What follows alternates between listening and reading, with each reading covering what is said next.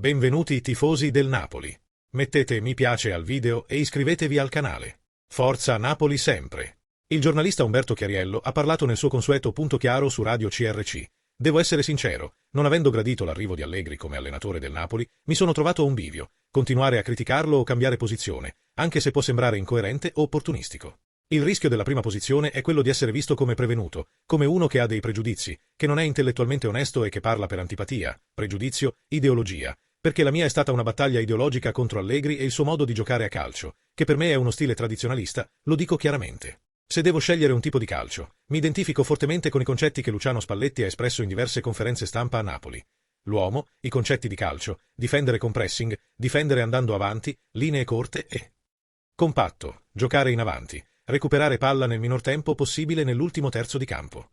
In campo, cerco di giocare la palla, come diceva Sarri, con il tocco più veloce possibile, creando spazio con movimenti sincronizzati, ma anche rapidi.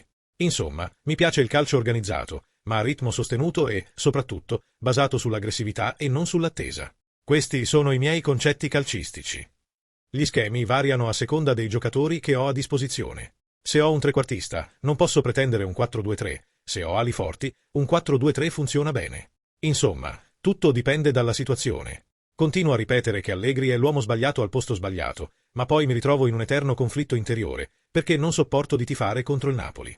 Se qualcuno mi chiedesse, preferiresti essere attaccato sui social, fare brutta figura e vedere il Napoli fare bene perché avevi previsto qualcosa di negativo, oppure preferiresti che il Napoli non facesse bene così da poter dire ve l'avevo detto, vantarti e comportarti da re? Non esiterei un secondo. Preferirei scusarmi ma continuare a tifare Napoli. Non sopporto tifare contro il Napoli. Per me è semplicemente impossibile, e non ho alcun interesse a insistere sulla mia posizione. Sono un essere umano, una persona fallibile. Tutti fanno previsioni tenendo conto della possibilità di sbagliare. Massimiliano Allegri si avvicina a diventare il nuovo allenatore del Napoli. Dopo settimane di trattative e valutazioni, l'accordo sembra essere in fase finale, e le prossime ore potrebbero essere cruciali per annunciare ufficialmente l'attesissimo ingaggio del tecnico nato a Livorno. Gianluca Di Marzio, giornalista ed esperto di mercato di Sky. L'ultimo ostacolo da superare riguarda la finalizzazione della separazione tra Massimiliano Allegri e il Milan. Le parti stanno lavorando per raggiungere un accordo definitivo sulla risoluzione del contratto e sembra probabile che l'accordo venga finalizzato nelle prossime ore. Una volta completato questo passaggio burocratico, l'allenatore sarà libero di formalizzare il suo trasferimento al Napoli.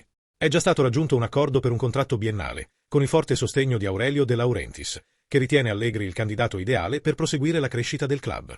Dopo aver definito la questione con il Milan, è previsto un primo incontro operativo con il direttore sportivo Giovanni Manna, con l'obiettivo di avviare la pianificazione degli acquisti e definire le strategie per la prossima stagione. Il Napoli è già al lavoro sul nuovo progetto.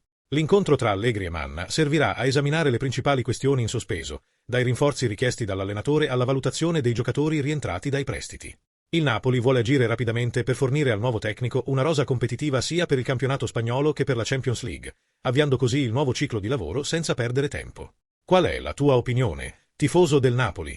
Metti mi piace al video e iscriviti al canale. Forza Napoli sempre!